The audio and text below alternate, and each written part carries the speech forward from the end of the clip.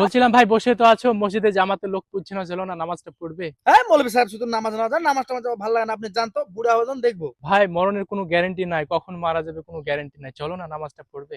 কি করে মরছে আমি দেখছি, হটেন তো আপনারা সামনে থেকে।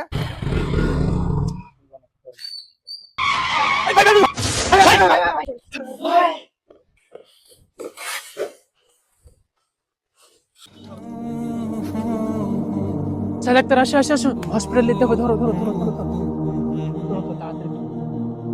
আর হসপিটাল নিয়ে যা লাভ নাই।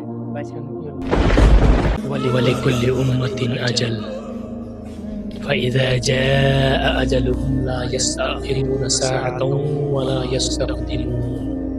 কিসের এত অহংকার যুবক তোমার? তোমার মরণের সময় ঘনিয়ে এলে এক সেকেন্ড আগেও হবে না, এক সেকেন্ড পরেও হবে